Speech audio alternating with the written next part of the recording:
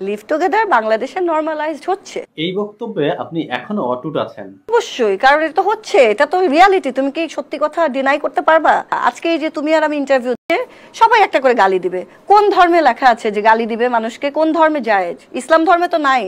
কোন ধর্মে you are allow to give your opinion like this?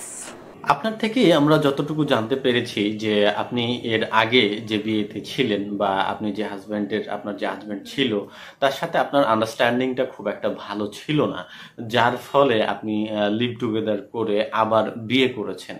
তো এই লিভ টুগেদার করার পরে যে বিবাহটা করেছেন, এতে কি আপনার সেই সমস্যা সমাধান হয়েছে বা আপনার আন্ডারস্ট্যান্ডিং এর যে প্রবলেমটা ছিল সেটা কি সলভ হয়েছে? অবশ্যই। প্রথমত বাংলাদেশের ছেলেদের একটা সমস্যা, সেটা হচ্ছে তোমাকে বিয়ে করবে, ভালোবাসবে মাকে, চলবে মায়ের কথায়, ইমোশন বাই করবে বোনের। সো অ্যাটলিস্ট এই জিনিসটা আছে নাকি সেটা আমি দেখে নিয়েছি, যে আমাকে অ্যাটলিস্ট ভালোবাসবে কিনা, আমাকে রেসপেক্ট করবে কিনা।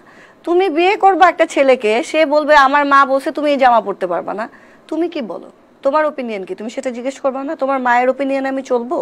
কেন চলবো বলো? সো এই বিষয়গুলো আমি বুঝে নিয়েছি যে অ্যাটলিস্ট আমাকে রেসপেক্ট করে কিনা, আমাকে ভালোবাসে কিনা। আমাকে বিয়ে করে মাকে ভালোবাসলে তো সমস্যা। মার ভালোবাসা মার ভালোবাসার জায়গায়, স্ত্রীর ভালোবাসা স্ত্রীর ভালোবাসার জায়গায়, তাই না? দুটোকে আলাদা করতে পারত। এই যে লিভ টুগেদার কথাটার মাধ্যমে যে সবার ধর্মীয় বিষয়ে বা ধর্মীয় অনুভূতিতে আঘাত লেগেছে, এই বিষয়টা আপনি আসলে কিভাবে দেখছেন? ঠুনকো কেন অনুভূতি ধর্মীয়? মানে ধর্ম কি এতই ঠুনকো? তাহলে যে সারাদিন মিথ্যা কথা বলে, একটা করে আরেকটা বলে, তারপরে ইসলাম ধর্মের এই যে সিম্পল কথা, আজকে এই যে তুমি আর আমি ইন্টারভিউ দিচ্ছি, তোমাকে আমি ইন্টারভিউ দিচ্ছি, এটার নিচে সবাই একটা করে গালি দিবে। কোন ধর্মে লেখা আছে যে গালি দিবে মানুষকে? কোন ধর্মে জায়েজ? ইসলাম ধর্মে তো নাই। কোন ধর্মে you are allow to give your opinion like this? বলো তুমি আমাকে। তা সেটাতে পাপ হচ্ছে না? সবার আগে নিজের পাপ মোচন করেন, তারপর অন্যের পাপ যাচাই করেন। তাই কি হওয়া উচিত না? বাংলাদেশের সবচেয়ে সুফি মহিলাটাকেও বলে বাংলাদেশের ছেলেরা। এটা হচ্ছে এখনকার রিয়ালিটি। আরেকটা বিষয় আসলে শিওর হওয়া উচিত, আপনি যেটা বলেছেন যে লিভ টুগেদার বাংলাদেশে নরমালাইজ করা উচিত, এই বিষয়টা থেকে আপনি এখনো অটুট আছেন বা আপনার অভিমত কি এখনো আগের মতোই আছে? করা উচিত বলিনি, হচ্ছে বলেছি।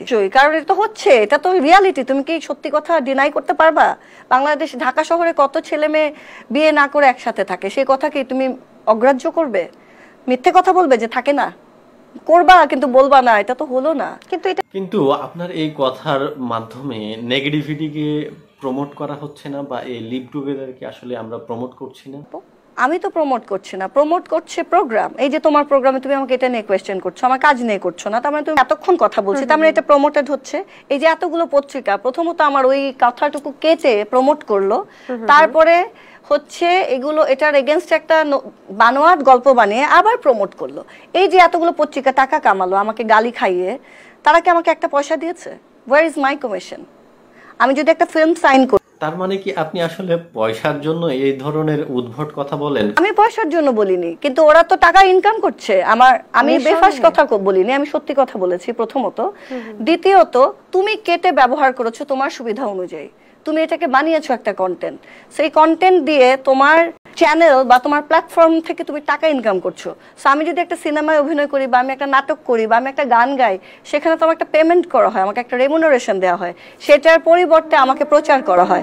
এই যে তুমি মাগনায় প্রচার করতেছো এবং এখানে তোমার কোনো ক্রেডিট নাই, তুমি কোনো ক্রিয়েটিভিটি দেখাচ্ছ না, পত্রিকার কোনো ক্রিয়েটিভিটি আছে এখানে? এই যে আচ্ছা, তাহলে এই যে আপনাকে ব্যবহার করে যে তারা পত্রিকায় বিভিন্ন লেখালেখি করলো বা আপনার ক্রিয়েটিভিটিটাকে কাজে লাগালো, আপনি কি তাহলে তাদের থেকে পেমেন্ট দাবি করছেন? It's not my creativity. আমি তাদের থেকে টাকা দাবি করছি না। আমি তাদের থেকে যেটা দাবি করছি সেটা হচ্ছে, আমি তাদের কাছে দাবি করছি না, আমি আসলে গভর্নমেন্টের কাছে দাবি করতে চাই। সেটা হচ্ছে যেসব আনরেজিস্টার্ড প্ল্যাটফর্ম আছে বাংলাদেশে, এটা বন্ধ হওয়া উচিত। প্ল্যাটফর্মের কোনো কমিটমেন্ট নাই। আজকে তোমার প্ল্যাটফর্ম আছে, কালকে নাই। সো তুমি 2 টাকা ইনকাম করার জন্য যা খুশি তা মানুষের নামে বলতে থাকবে এবং ডিসরেসপেক্ট করতে থাকবে। This is not done. মানুষের তো একটা প্রেস্টিজ আছে, বা মানুষের মানহানি মামলা করে কেন মানুষ? আমার তো মানহানি হয়েছে, আমার মামলা করা উচিত। আমার আনরেজিস্টার্ড, তাই না? আমি এত কথা বলেছি, এর মধ্যে আমার মানে আমাকে কারা আসলে মানহানিটা করলো কারা বলে আপনি মনে করেন? পত্রিকার মানুষজন আচ্ছা, নিজেদের স্বার্থে, নিজেদের 3টা ভিউ বাড়ানোর জন্য, তাই না? ওরা তো একটা গানের অনুষ্ঠান, তার বক্তব্য তো অনেক কিছু ছিল, আগে পরে কথা ছিল না, না ছেড়ে যেটা বললে মানুষ আমাকে গালি দিবে সেটাকে কোড করে বুঝতে পেরেছি। সেটা তুমি প্রচার করেছো। সো এটা তো তুমি, তোমার দায়বদ্ধতা নেই, তুমি একটা সাংবাদিক। তো সামাজিক অবক্ষয় যদি আমার একলার কারণে হয় তাহলে কথাটা ঠিক না।